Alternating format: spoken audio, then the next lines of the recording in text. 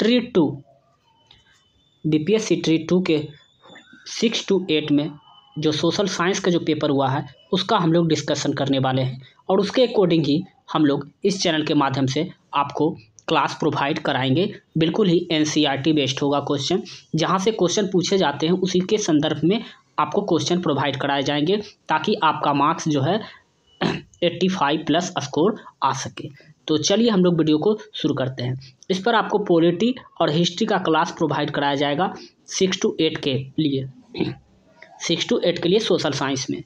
तो हम लोग पॉलिटिकल साइंस करने वाले हैं और देखते हैं कि इसमें किस प्रकार से प्रश्न पूछे जाते हैं और किस चैप्टर से पूछे जाते हैं प्रश्न, उसी के अकॉर्डिंग हम लोग प्रिपरेशन शुरू करेंगे।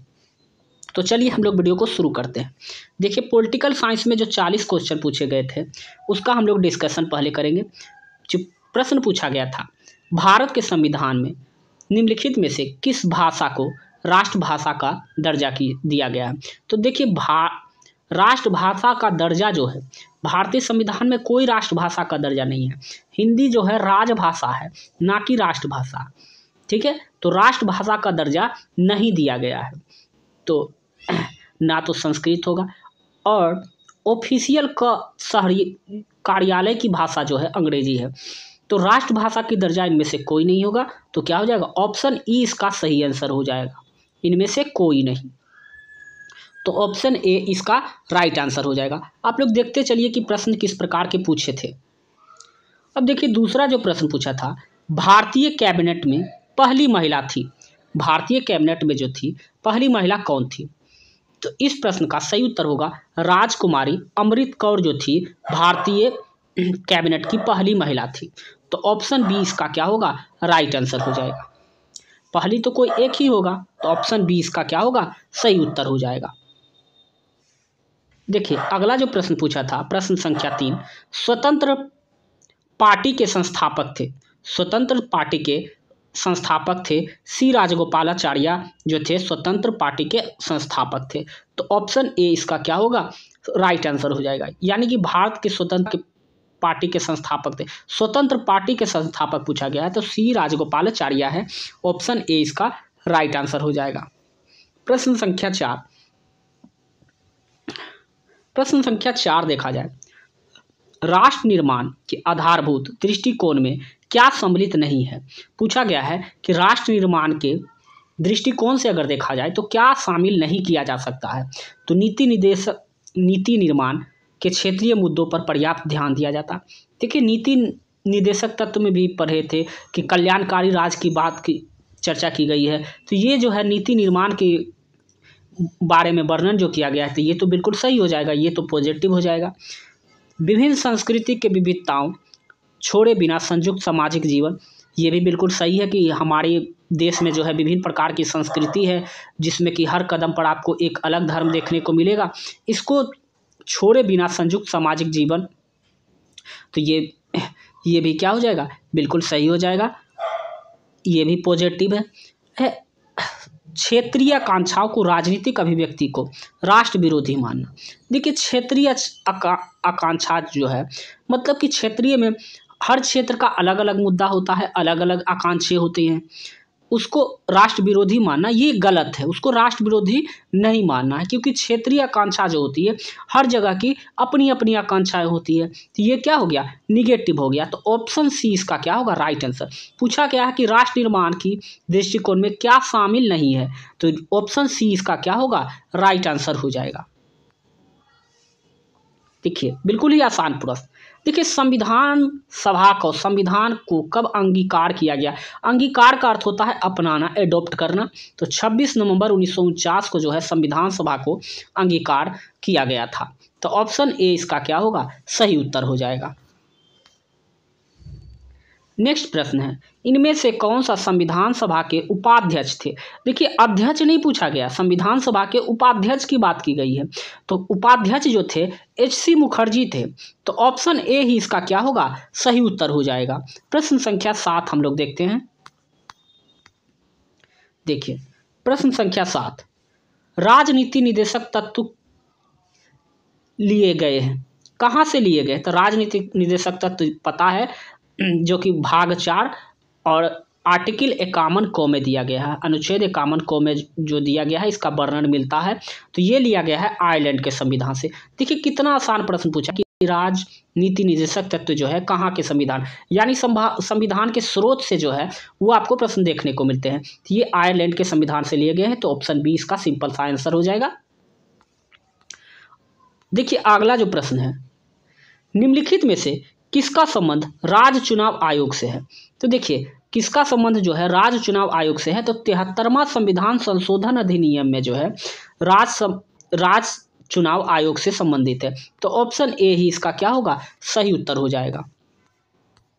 अगला प्रश्न जो है, भारत में चुनाव के संबंध निम्नलिखित में से कौन सा कथन सत्य बनाना है कि भारत में चुनाव जो होते हैं उसके संबंध में कौन सा कथन सत्य है। सार्वभौमिक व्यस्क मताधिकार होता है, ये भी बिल्कुल सही है। बहुदलीय व्यवस्था है, एक से अधिक दल की व्यवस्था है, ये भी बिल्कुल सही है।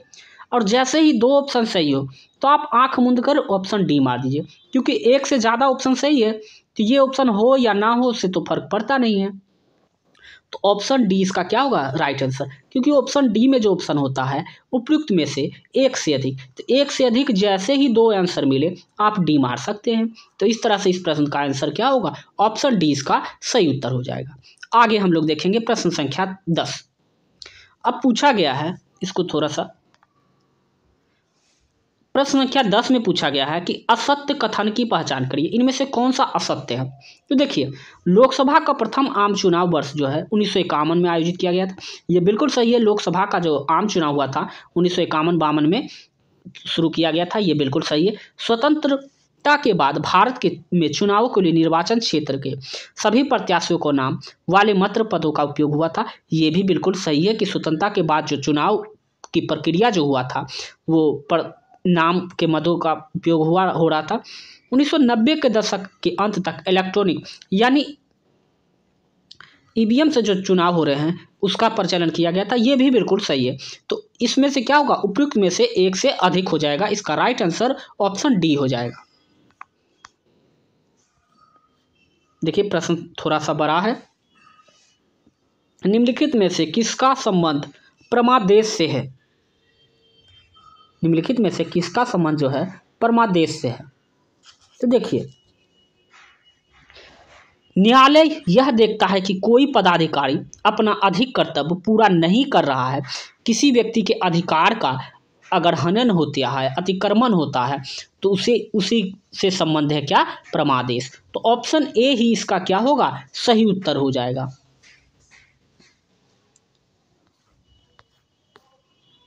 आगे हम लोग देखेंगे प्रश्न संख्या 12 से। देखिए भारतीय संविधान के अनुच्छेद 324(1) किससे संबंधित है। तो भारतीय संविधान के अगर अनुच्छेद 24(1) की बात करें तो ये जो है निर्वाचन आयोग से संबंधित है, तो ऑप्शन बी इसका क्या होगा, सही आंसर हो जाएगा। अगला जो प्रश्न है प्रश्न संख्या 13, संघ सूची के विषय में निम्नलिखित में से कौन सा कथन असत्य है। सत्य नहीं असत्य बोला गया है, कि कौन सा जो है असत्य है। तो देखिए संघ सूची प्रतिरक्षा, विदेशी मामले, बैंकिंग जैसे राष्ट्रीय महत्व का विषय है।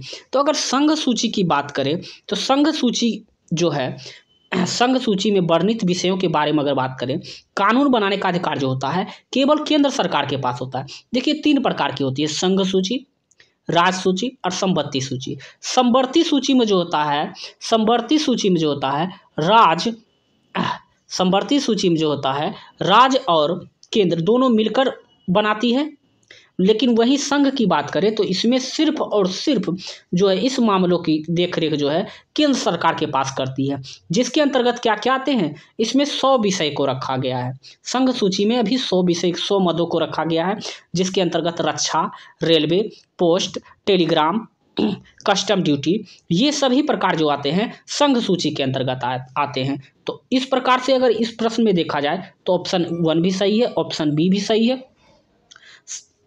और ऑप्शन सी भी सही है। तो इस प्रकार से इसमें पूछा गया था कौन सा असत्य है, तो इसमें तो असत्य कोई है ही नहीं, तो क्या हो जाएगा, ऑप्शन ई हो जाएगा, इनमें से कोई नहीं। देखिए किस प्रकार से प्रश्न को पूछा जाता है बीपीएससी में। अगला जो प्रश्न है, किस राज्य ने भारत में पहली गैर कांग्रेसी राज्य सरकार को चुना। तो यहाँ पर देखिए गैर कांग्रेसी सरकार जो है भारत में सबसे पहले केरल में चुना गया था। तो ऑप्शन बी इसका क्या होगा, सही उत्तर हो जाएगा। देखिए कितना आसान आसान प्रश्न पूछा गया है। देखिए अगला जो प्रश्न है, प्रश्न संख्या 15, आधारभूत संरचना सिद्धांत के विषय में निम्नलिखित में से कौन सा कथन सत्य है। तो देखिए यहाँ पर यह एक भारतीय न्यायिक सिद्धांत है, बिल्कुल सही है। यह सिद्धांत केशवानंद भारती के भारत के सर्वोच्च न्यायालय के निर्णय पर आधारित है, ये भी बिल्कुल सही है। यह केवल संवैधानिक संशोधन पर लागू होता नहीं, इसे संवैधानिक संशोधन के द्वारा हटाया नहीं जा सकता है। ठीक है, तो इस प्रकार से इसका क्या होगा, ऑप्शन डी इसका क्या होगा, राइट आंसर हो जाएगा। तो 15 का ऑप्शन डी इसका राइट आंसर हो जाएगा। अगला जो प्रश्न है, भारत के नियोजित विकास मॉडल के संदर्भ में निम्नलिखित कथन पर विचार कीजिए और गलत कथन को पहचानिए। गलत कथन कौन सा है, इसको पहचानना है।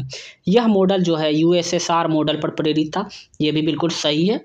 प्रथम पंचवर्षीय योजना का प्रारंभ दस्तावेज 1951 में जारी किया गया था, ये भी बिल्कुल सही है।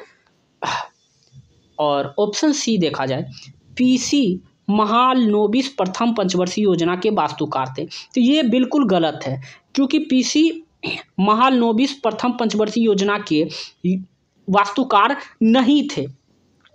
प्रथम पंचवर्षीय योजना की अगर बात करें तो जवाहरलाल नेहरू के द्वारा प्रस्तुत किया गया था, जो कि हेराल्ड डोमर योजना पर आधारित है। ये क्या था, हेराल्ड डोमर। ये जो होगा द्वितीय पंचवर्षीय योजना पर था। प्रथम पंचवर्षीय योजना जो था हेराल्ड डोमर योजना पर आधारित था। तो ऑप्शन सी का गलत हो जाएगा और इसमें गलत कथन को पहचान करना था। तो गलत का गलत आंसर ऑप्शन सी इसका राइट आंसर हो जाएगा। आगे हम लोग देखेंगे, पूरे 40 क्वेश्चन इसमें हैं। संविधान के अनुसार संघीय विधायी निकाय को कहा जाता है। तो देखिए संघीय विधायी निकाय को है संविधान के अनुसार क्या कहा जाएगा, संसद कहा जाता है, क्योंकि इसमें लोकसभा और राज्यसभा दोनों आते हैं। तो क्या हो जाएगा, संसद में दोनों आ जाएंगे। तो ऑप्शन सी इसका क्या होगा, सही उत्तर हो जाएगा। निम्नलिखित में से संसद के अंतर्गत कौन आता है। तो संसद के अंतर्गत राष्ट्रपति, राज्यसभा और लोकसभा, जबकि राष्ट्रपति जो होता है राज्यसभा या लोकसभा के सदस्य नहीं होते हैं। ठीक है, लेकिन राज्यसभा और लोकसभा में अगर कोई बिल पारित होता है, उसके बाद राष्ट्रपति के साथ सिग्नेचर होने के बाद भी वह बिल पारित हो पाता है, इसलिए अंतर्गत जो है वो आते हैं राष्ट्रपति। तो इसमें क्या हो जाएगा, उपयुक्त में से एक से अधिक। तो ऑप्शन डी इसका क्या होगा, सही उत्तर हो जाएगा। अगला जो प्रश्न है, 1990 के पश्चात भारतीय राजनीतिक युग के विषय में कौन सा कथन जो है सही है। यह आर्थिक सुधारों का आम सहमति का युग था, ये बिल्कुल सही है। यह गठबंधन सरकारों का युग था। यह संघ के बाहर स्वायत्तता के लिए प्रांतीय कक्षाओं को वृद्धि का युग था। तो इस प्रश्न का उत्तर भी क्या होगा, ऑप्शन डी इसका क्या होगा, सही उत्तर हो जाएगा। एक से अधिक आंसर जो है ये जो है सही है।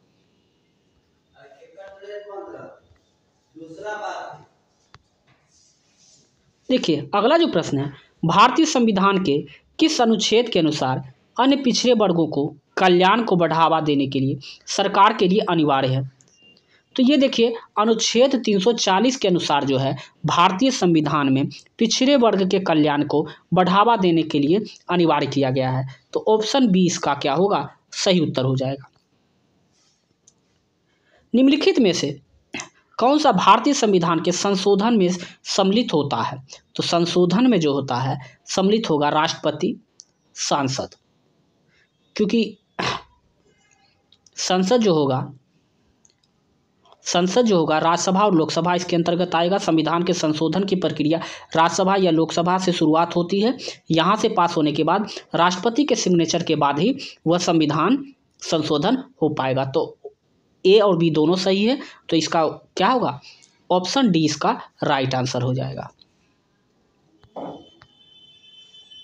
देखिए आगे जो पूछा गया, क्या एक व्यक्ति को एक से अधिक राज्यों का राज्यपाल नियुक्त किया जा सकता है? बिल्कुल किया जा सकता है। ऑप्शन ए इसका क्या होगा? सही उत्तर हो जाएगा।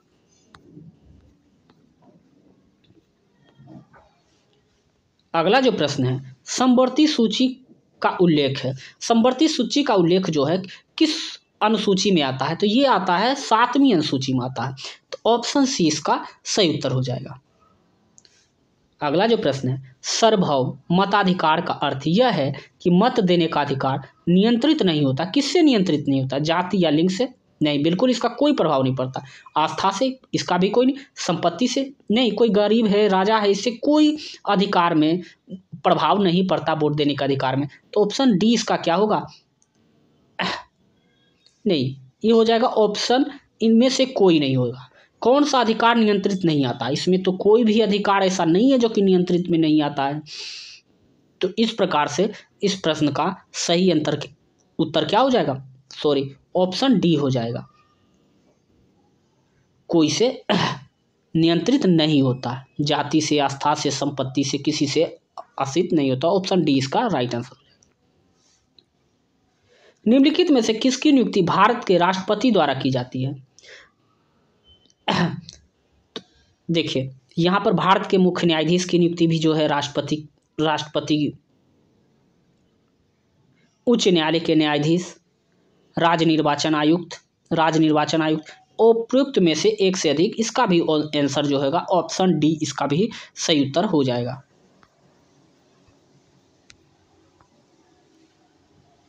अनुच्छेद 280 संबंधित है।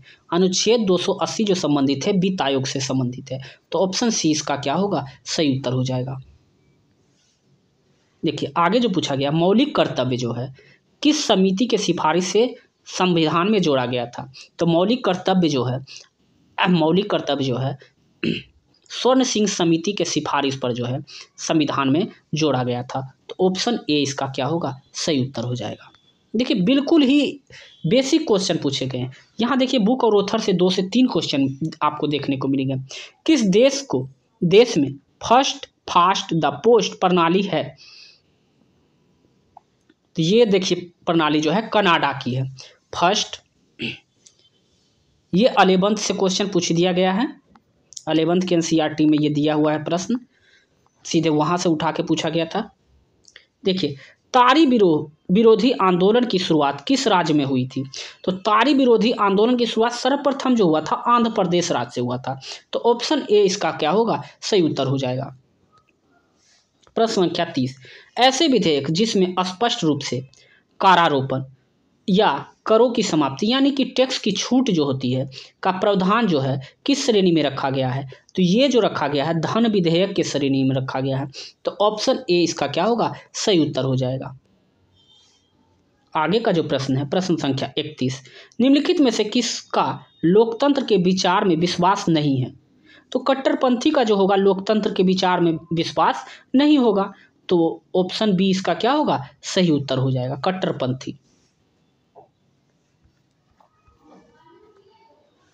प्रश्न संख्या 32, लोकतंत्र के अंतर्विरोधों को इंगित करने के लिए किसने द एप्पल कोर्ट नामक नाटक लिखा था?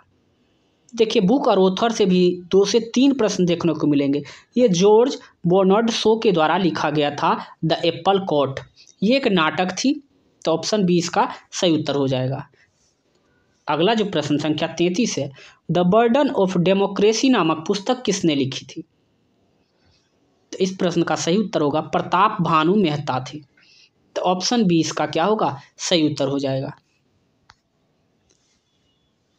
भारत के संविधान को किसने बनाया? संविधान को किसने बनाया था? तो भारत के संविधान को जो बनाया था भारत के संविधान सभा के द्वारा गठित किया गया था। तो ऑप्शन सी इसका क्या होगा? सही उत्तर हो जाएगा। देखिए, प्रश्न संख्या 35, निम्नलिखित में से किस देश ने एकदम आरंभ से यानी कि शुरू से ही जब अपनी लोकतंत्र की स्थापना हुई थी अवस्था में सार्वभौमिक वयस्क मताधिकार लागू किया था? तो देखिए, सर्वप्रथम जो है सार्वभौमिक वयस्क मताधिकार लागू करने वाला पहला देश जो था जब से लोकतंत्र इसमें स्थापित हुआ था वो भारत ही है, अपना भारत देश में ही है। ऑप्शन सी इसका क्या होगा? सही उत्तर हो जाएगा। अगला जो प्रश्न है प्रश्न संख्या 36, निम्नलिखित में से किस देश में एक बहुमतवादी लोकतांत्रिक राजस्व का होना माना जाता है? किस देश में एक बहुमतवादी लोकतंत्र राज व्यवस्था का होना माना जाता है? तो ये ऑप्शन ए हो जाएगा, श्रीलंका होगा इसका सही उत्तर। अगला जो प्रश्न है प्रश्न संख्या 37, निम्नलिखित में से कौन सा भारत में सरकार का सबसे निचला स्तर होगा? तो देखिए छावनी बोर्ड होगा, ग्राम निगम, नगर निगम या पंचायत। तो यहाँ पर देखिए इसके अनुसार ऑप्शन बी पंचायत जो होगा सबसे निचला स्तर होगा, तो ऑप्शन 20 का सही उत्तर हो जाएगा। प्रश्न संख्या 38, एक लोकतांत्रिक राज व्यवस्था में सत्ता संघर्ष का सबसे सुंदर प्रकार निम्नलिखित में से कौन सा है? चुनाव बिल्कुल सही होगा, विद्रोह तो होगा नहीं, जन आंदोलन भी नहीं होगा। कि लोकतंत्र में क्या है कि लोग जनता के द्वारा अपने प्रतिनिधित्व को चुनते हैं। तो अगर संघर्ष का सबसे अच्छा उदाहरण दिया जाए तो क्या होगा? चुनाव के द्वारा। अगर कोई कैंडिडेट हमें पसंद नहीं आ रहा है, कोई राजनेता, तो चुनाव के द्वारा पूर्ण बहुमत से उसे क्या किया? अस्वीकार किया जा सकता है। तो चुनाव के द्वारा उसका सबसे अच्छा होगा, सत्ता के संघर्ष को सबसे सुंदर प्रकार से चुनाव के द्वारा व्याख्या किया जाएगा। तो ऑप्शन ए जो होगा इसका सही उत्तर हो जाएगा। प्रश्न संख्या 39, इनमें से किसे भारत में लोकतंत्र को गहरा करने का श्रेय दिया जाता है? सही उत्तर होगा ऑप्शन ए हो जाएगा, जवाहरलाल नेहरू को। देखिए इस सेट का आखिरी प्रश्न 40वां प्रश्न, आप बताना है कि आपको कितना स्कोर इसमें आ रहा है। 37 प्लस तो सभी को आ रहा होगा, 35 प्लस ही सबको आया होगा, 35 से। इनमें से किस सिद्धांतकार ने लोकतंत्र शब्द को बहुतंत्र शब्द स्थान पत्र करना चाहा? तो इस प्रश्न का सही उत्तर होगा रॉबर्ट डहल के द्वारा। यदि आपको यह अच्छा और हेल्पफुल लगा हो तो चैनल को सब्सक्राइब कर लें और वीडियो को जितना हो सके अपने दोस्तों के साथ शेयर कर दीजिए। इस पर जो है आपको क्लास 6 to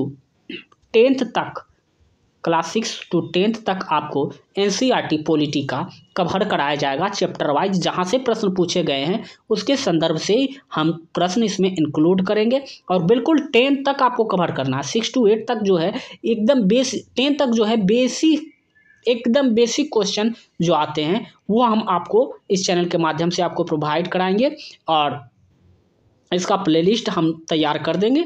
तो अभी के लिए बस इतना ही। जय हिंद।